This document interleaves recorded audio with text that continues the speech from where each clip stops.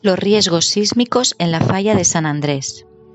La falla de San Andrés, California, corre en diagonal de sureste a noreste durante casi 1.300 kilómetros a través de gran parte del oeste del estado. Durante años, los investigadores han estado intentando predecir la localización del siguiente Big One, un terremoto con una magnitud de 8 o superior a lo largo de este sistema de fallas. En 1906, el terremoto de San Francisco causó el desplazamiento del tramo más septentrional de 450 kilómetros de longitud de la falla. Este acontecimiento, que tuvo una magnitud Richter estimada de 8,3, liberó probablemente mucha de la deformación que se había ido acumulando durante los aproximadamente 200 años anteriores. Por consiguiente, la US Geological Survey concluyó que entre el año 2003 y el 2032 hay una probabilidad del 62% de que golpee la zona de la bahía de San Francisco, por lo menos un terremoto de magnitud 6,7 o mayor. Si se produce, este terremoto sería aproximadamente comparable al terremoto de Loma Prieta de 1989, de magnitud de momento 6,9, y capaz de causar daño significativo en algún lugar de la zona. El mapa de la figura 2.34 muestra algunos de los segmentos de la falla, pero no todos, que podrían romperse durante un terremoto futuro. Situada justo al sur de la ruptura de 1906, hay una sección de la falla de San Andrés que muestra reptación de falla. Cuando las placas se deslizan gradualmente una con respecto a otra, como hacen en esta zona, se acumula menos esfuerzo que cuando la falla está bloqueada, disminuyendo las posibilidades de que ocurra un gran terremoto final. Como se muestra en la figura 2.33, se produjo una gran ruptura en la falla de San Andrés al este de Los Ángeles en 1857. Esta ruptura produjo el gran terremoto de Fort Tejon, que tuvo una magnitud estimada similar a la de San Francisco de 1906.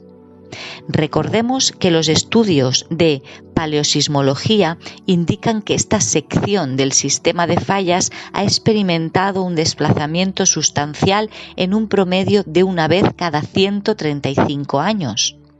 Esto significa que está dentro de los posibles una repetición del terremoto de Fort Tejon de 1857.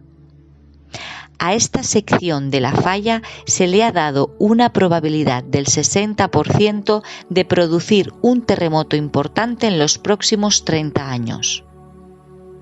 El origen más probable del siguiente terremoto importante en la falla de San Andrés bien podría estar en sus 200 kilómetros más meridionales, en los que no se ha producido un acontecimiento grande en unos 300 años. En un estudio en el que se utilizaron imágenes de radar tomadas desde el espacio, se encontraron evidencias de que esta sección de la falla está fundamentalmente cerrada y sigue acumulando cantidades significativas de deformación. La velocidad potencial de deslizamiento, el ritmo al que las placas se mueven a lo largo de la falla, se ha estimado en unos 2 a 3 centímetros al año.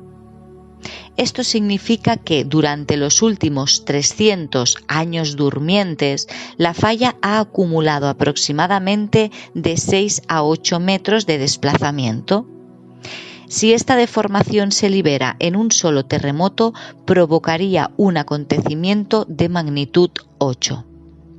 La sección más meridional del sistema de San Andrés atraviesa las pobladas zonas de Palm Springs, San Bernardino, Riverside y Borrego Spring. En el caso de que se produjera un importante terremoto, se dejaría sentir en gran parte del sur de California, entre otras las áreas metropolitanas densamente pobladas de Los Ángeles y San Diego. Terremotos. Pruebas de la tectónica de placas. Una vez formulado el esquema básico de la teoría de la tectónica de placas, los investigadores de varias ramas de las geociencias empezaron a probar su validez. Uno de los primeros esfuerzos lo realizó un grupo de sismólogos que fue capaz de demostrar una buena relación entre el modelo de tectónica de placas recién desarrollado y la distribución global de los terremotos que se muestra en la figura 2.35. En particular, estos científicos pudieron explicar la estrecha asociación entre los terremotos de foco profundo y las fosas oceánicas, donde las placas de la litosfera oceánica están siendo subducidas en el manto. Cuando se representaron los datos de los terremotos según su localización geográfica en profundidad, se detectaron diversas observaciones interesantes. En vez de una mezcla aleatoria de terremotos superficiales y profundos, surgieron algunos patrones muy definidos. Figura 2.35. Los terremotos generados a lo largo del sistema de dorsales oceánicas siempre tienen un foco somero y ninguno es muy fuerte. Además, se observó que casi todos los terremotos de foco profundo se produjeron en el cinturón circumpacífico, en particular en las regiones situadas tierra adentro de las fosas oceánicas. Basándonos en nuestros conocimientos del mecanismo que genera la mayoría de los terremotos, sería lógico concluir que los terremotos deberían ocurrir solo en la capa fría, rígida y más extensa de la Tierra. Recordemos que a medida que estas rocas se deforman, se doblan y almacenan energía elástica como una cinta de goma estirada. Una vez que la roca se ha deformado lo suficiente, se produce la ruptura, liberando la energía almacenada en forma de vibraciones sísmicas. Por el contrario, las rocas móviles calientes de la astenosfera no pueden almacenar la energía elástica y por tanto no deberían generar terremotos. Sin embargo, hasta ahora sí se han observado terremotos con profundidades de casi 700 kilómetros. La conexión única entre los terremotos con foco profundo y las fosas oceánicas se estableció mediante los estudios llevados a cabo en las islas Tonga. Cuando se representaron las profundidades de los focos sísmicos y sus localizaciones dentro del arco de las Tonga, surgió el modelo mostrado en la figura 2.35. La mayoría de los terremotos superficiales se producen dentro de la fosa o en la zona adyacente a ella, mientras que los terremotos medios o de foco profundo se producen hacia las islas Tonga. Esta zona de profundidades crecientes de foco se denomina zona de Guadati-Benioff, en honor a dos científicos que las identificaron primero. En el modelo de la tectónica de placas, las fosas submarinas se forman allí donde las placas densas de litosfera oceánica se hunden en el manto. Figura 2.36. Los terremotos de foco superficial se producen en respuesta al plegamiento y la fracturación de la litosfera cuando empieza su descenso o a medida que la placa en subducción interacciona con la placa situada por encima. Más hacia el interior del manto se generan los terremotos de foco profundo. Estos terremotos se producen en las placas de subducción frías más que en el manto, porque las rocas son malas conductoras del calor. Por consiguiente, la litosfera permanece más fría y rígida que el manto, que está caliente y débil como para acumular suficiente esfuerzo elástico que provoque la ruptura.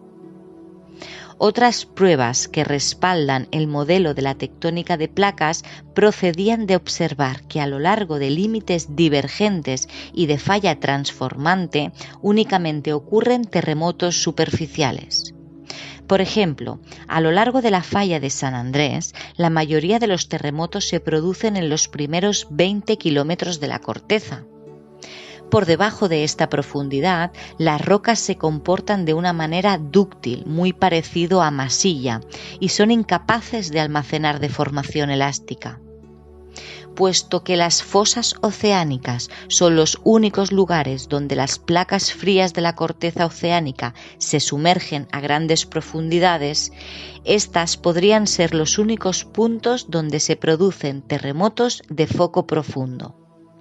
De hecho, la ausencia de estos a lo largo de las dorsales oceánicas y las fallas transformantes apoya la teoría de la tectónica de placas.